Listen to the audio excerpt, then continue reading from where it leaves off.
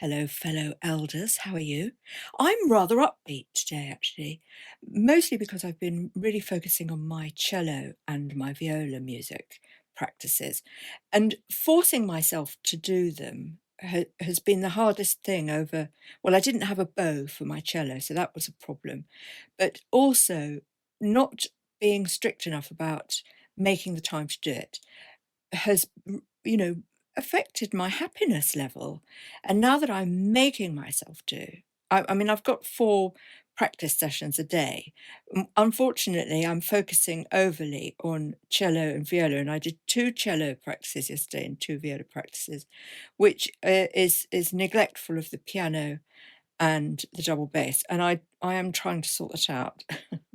But I'm just so into the music that I'm currently playing on my viola and cello, I've been taken to another place. Anyway, I was thinking about, my mental health, and my mental health is better than it's ever been. Certainly better than it was during menopause, which was just grim, guys, totally grim. And now I do have little bouts of anxiety, I suppose you'd call them, and worry about, you know, normal things like dying. I mean, do you have that? I've really noticed that actually, the older I get, the more I realise that it's likely that I'm going to drop dead soon. Although I'm only 63, 64 next month, in a few weeks actually.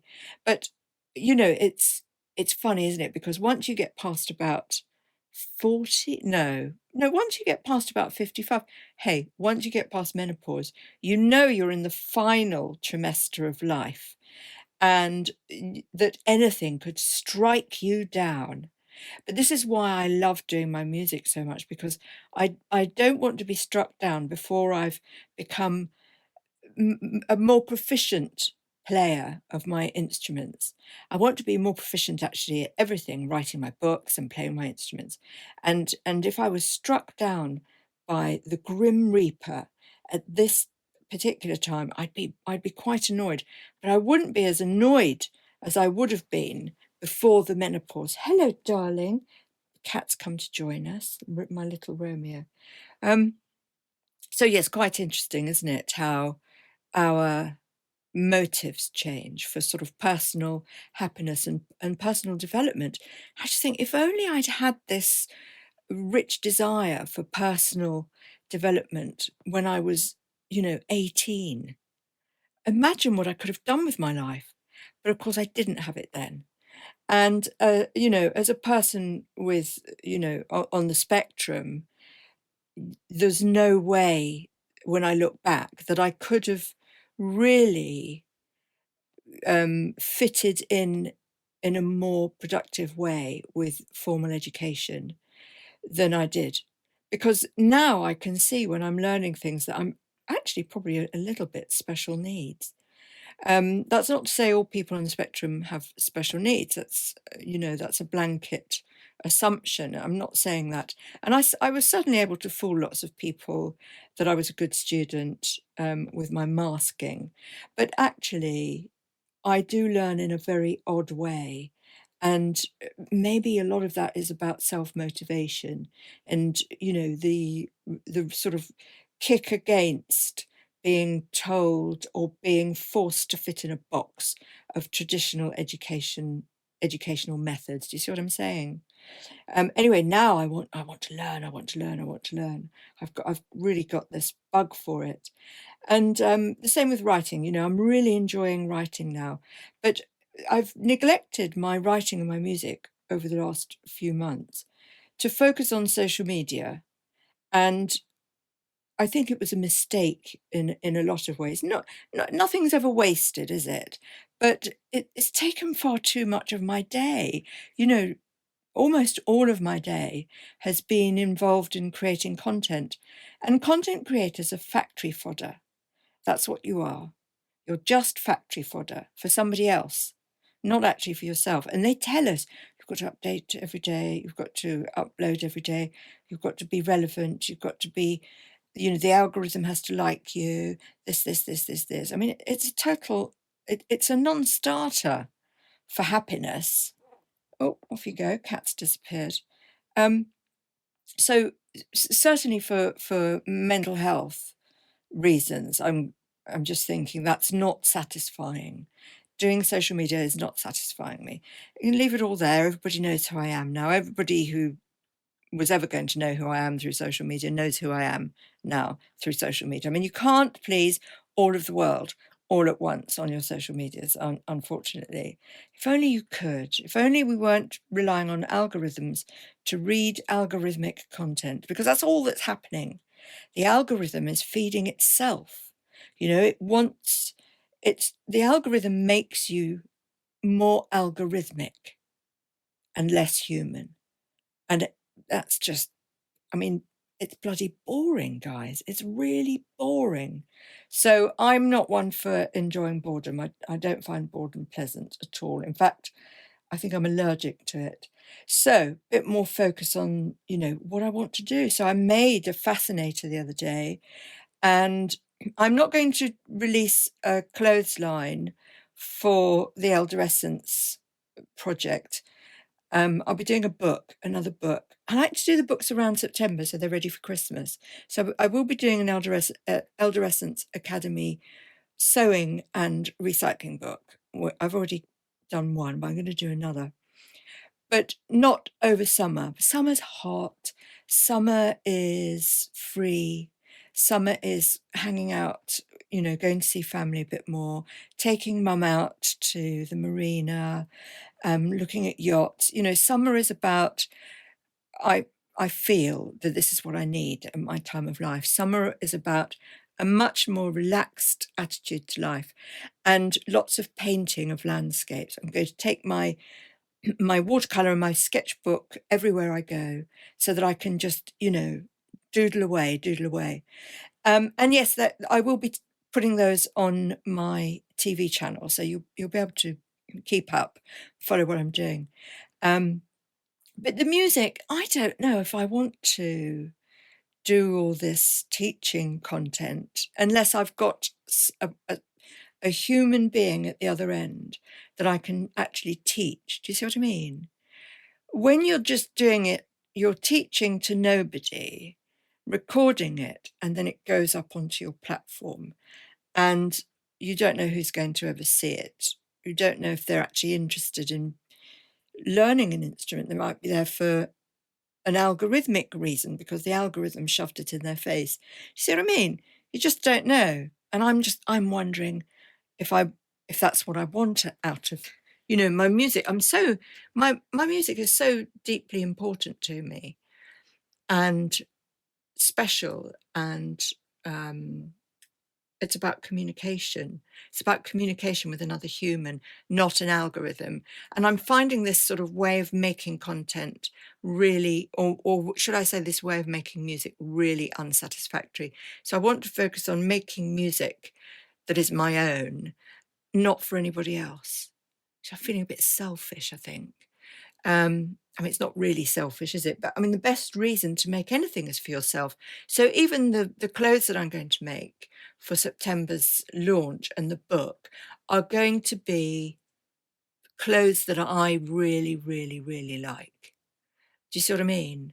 And stuff that I would want to do, or even if I wouldn't necessarily want to wear it, because, a woman of a certain age doesn't want to wear certain clothes. But, well, that sweeping comment, I didn't mean that. But you get my drift. I mean, I'm not going to wear clothes that are made out of recycled trainers, for example, but I would really enjoy making that garment. So, it's more about the creative process and doing something fantastic. And I love all this recycling that I'm doing. It's just fabulous at the moment. But yeah, summer, you want to be out, you want to be outside. So I'm going to focus maybe on that. And of course, being outside gives you that connection with the landscape. And I really, really want to focus on some en plein air experiments with my sketch pad. So I think that's really going to be quite good fun. So making music, more experimenting with painting. But I will tell you what I am going to do. I'm going to start. I've been really held back from figurative painting because I can't afford to go to do courses with models. It's really held me back. So I was researching about doing self-portraits in a mirror, because of course when you do them in a mirror, you're seeing there's a slight difference because you're seeing things the wrong way round. So when you flip them, that would be the right way round for other people to look at you. And we can flip them now. We can do it very easily in software. We just flip it. So that's what I'm going to be doing. I'm going to be exploring the possibility of drawing and painting my figure, me as a model, in different outfits, in different positions, but every day. So sort of, start the morning with some sketching. So it's really about studio practice. So music for the afternoons and figurative drawing and painting for the mornings. And I think that's going to be really fun for us. But I'm not going to do them in a way that is a lesson, because for all the reasons I've just explained, I'm just not happy doing that. But more of a like a drawing diary. I thought that would be really lovely. And we could all do that, actually, couldn't we? And then, if I really get into it, and I think lots of people are interested in that, if I get some feedback, I will upload everything onto the blog, or to my YouTube. YouTube, I may as well do YouTube, eh? Upload these experimental drawing sessions to YouTube and to my various other blogs and what have you, and all through summer, well, actually starting this weekend, see what happens. Just see what happens with sort of experimenting in a really creative way. And then I think in September I start uni anyway, and I think that would just take me really beautifully into going to West Dean College, where I'm going to be learning how to make instruments. And I'm very, very, very excited about that. It's going to be super fun. Really, really can't wait. So yeah, how exciting. That's why I'm feeling upbeat, because I've got a plan, because I know what I want to do. And if you're interested in the music side of things, I do put a lot of my videos up on my Lounges TV, so you can go over there. But I'm really not for making this some kind of big community where I have to do loads of social media promo. I want to share my practice, some of it, but I don't want to be, because I'm competing with the big people, the big content creators like Tone Base, who, there's 20 ads a day I see of that, more, maybe 100 ads of Tone Base I see on my social media every day. And you just think, right, well, okay, that's why, that's what you need to do. That's why these people are so successful, because they're spending an absolute fortune on advertising. And that's way out of it's way out of my comfort zone. It's way out of my league. And I don't think it works for me. I don't think it works for a composer, for a start, remembering that I am a composer. But we'll see. I mean, I'm prone to change my mind. So maybe after a few weeks, I'll be like, no, I'm absolutely going back to that idea. But there's a lot of experimenting goes on, isn't there? In today's market, in today's way of digital communication, people are always well, I know I am, and that big advertising companies do it, and they do it on YouTube as well. They say, let's do a trial with a thumbnail on your video, and then we can use another thumbnail and compare it, see which one went the best. And what you're doing again is you're actually just you're the factory fodder for this huge business that is YouTube. And before you know it, you're doing all the work for them. I mean, these companies, Facebook and YouTube and all the other companies, the big bods, they're they're farming all of your interactions and your shopping experiences and everything, absolutely everything that you do. They're farming it. They want the data. They want the data.